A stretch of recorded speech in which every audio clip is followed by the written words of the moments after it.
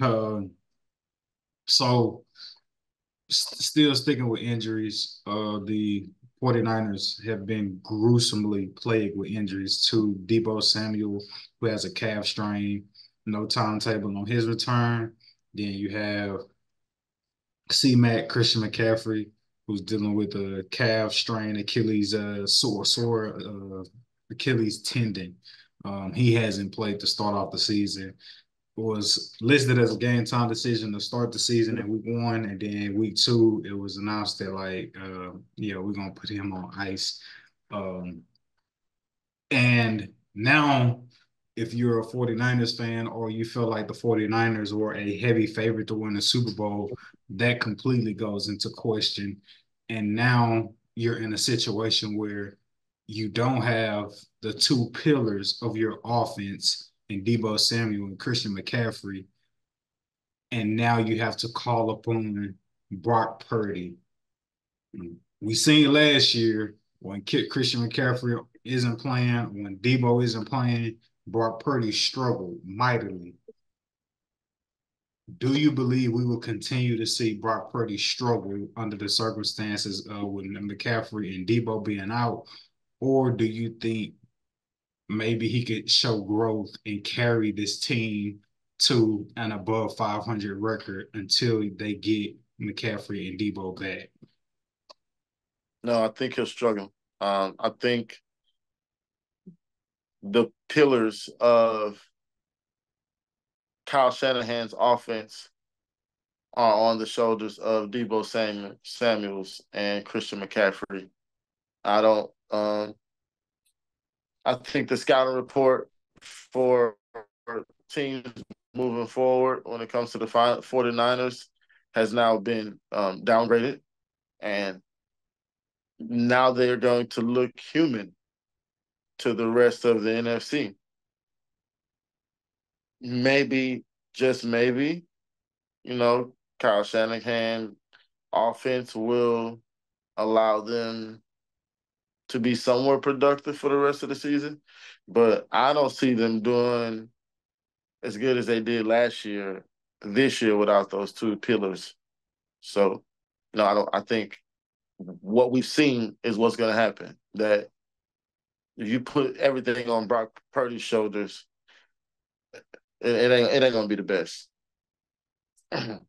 It just won't. I mean, I felt better with Jimmy G, and I was one of the few who did. But just I still feel that way till now. I still feel like he was slightly better than Brock Purdy. But yeah, no, I don't see it. I don't see it. I think the Sharks will smell the blood in the water, and Mhm. just off that alone, teams are coming for him. Pause. I think Brock Purdy is going to struggle too. I think we have an absolutely positively no evidence that says Brock Brock Purdy can lead this team to be uh, above 500 without Christian McCaffrey, without Debo Samuel. Mhm. It'll be different if you just had one of them. Having one of them and Debo Samuel, I think you could do it. Having one of them, if Debo Samuels was out and you had McCaffrey, I think you can make some shape. Both of them out, I don't think you ever like. I don't think you Yeah. ever Where go did the into it. offense come from? Where does your offense come from? I don't think you go into an all season preparing for that in any way, shape, or form. Um, so yeah, I believe that Brock Purdy is going to struggle mightily as well. I've grown a great respect for Kyle Shanahan's offensive play calling over the past couple of years, but those plays don't work if you don't have the right personnel in place. And Right. outside of Brandon Ayuk, I know they also have the emergence of Jordan Mason being a running back right now. Can't buy into like that being enough to sustain them having a good record until they can get at least one of those guys back. Looking here at at their schedule, you got the Pats. Uh, Maybe you could pull that game off. Then you got the Cardinals. Cardinals appear to be red hot to start the season. Then you got the Seahawks. Then you got the Kansas City Chiefs. Then you got um Lost, lost, lost, then you got your beloved Cowboys.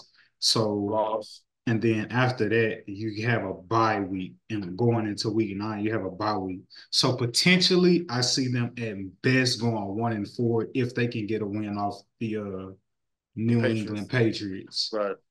Um, Outside of that, it's going to be tough sledding. It's going to be Yeah. extremely tough sledding. And I'll tell you this much. I'm glad you brought these niggas up because if we can't stop the run, they might go 2-3, 2-3 with one loss, with one win against the Cowboys. Because what this? before you go deep into that, I'm gonna let you write it. Before you go deep into that,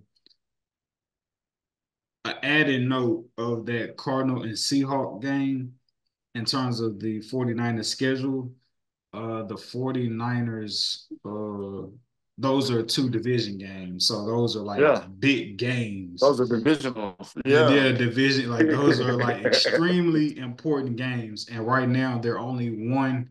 Right now the 49ers are 1-1. And like we say, looking at their schedule, they could very well only be 2-5 going, Mm. going into week 9. Sheesh. So Going into the bye week. Sheesh. yeah, man. Yeah. I'm sorry. Um, I misspoke. I misspoke. Their next game this up and coming week is against the Chargers. that's a divisional game too, right? That's a divisional game too. Yeah, like I said, excuse me, I misspoke on the schedule, but you got the Chargers, the Patriots, the Cardinals, the Seahawks, the Chiefs, and the Cowboys. And I can't give you the Rams win. So I still see y'all possibly going 1-6 going into the bye week. I see y'all going 1-6, which would yeah put y'all at two It's and bad. seven. So yeah, Which would mean somebody else going to the NFC Championship game, baby. yeah, man. So 49ers, best for y'all to, what I'm saying, 2-7, 2-6. Like,